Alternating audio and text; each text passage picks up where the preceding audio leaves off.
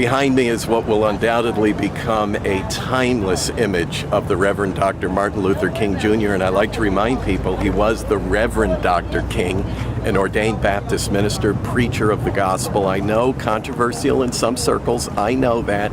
I know he certainly wasn't a perfect man. Join the club. The Bible says anyone who claims to be without sin is a liar, and the truth is not in them. So look, we're all in that sinner's club, and so was he.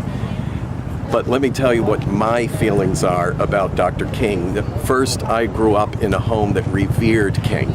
And we were not a Christian family, but my parents were aware of the fact that this man was a minister of the gospel, that he was a preacher before he was anything else, and in many ways a prophet to his generation. And speaking of prophets, of course, he was a great quoter.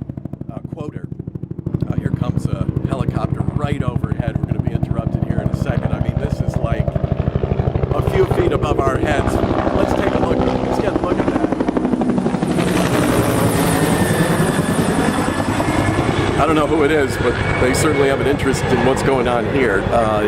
Let me just say quickly here, I grew up in a home where Dr. King was revered. I remember the first time I saw my father cry was on the day that Dr. King was assassinated. So that's how much it registers to me personally, so much so that much later on I wanted to do my own spiritual pilgrimage, and I walked the Edmund Pettus Bridge with our own Reverend Pat Mahoney. We took that walk because those images are so vivid in my mind and in the shaping of my own ministry. A lot of what I have done was because of the role model of Dr. King.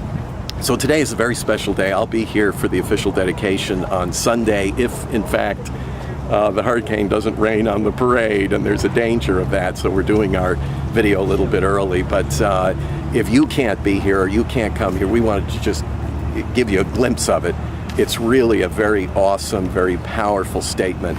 And here was a man who lived Isaiah 1:17, and he never offered any apology for it. So thank God for the life that was lived, the role model, and the result, which affected our entire nation, our culture, and our civilization.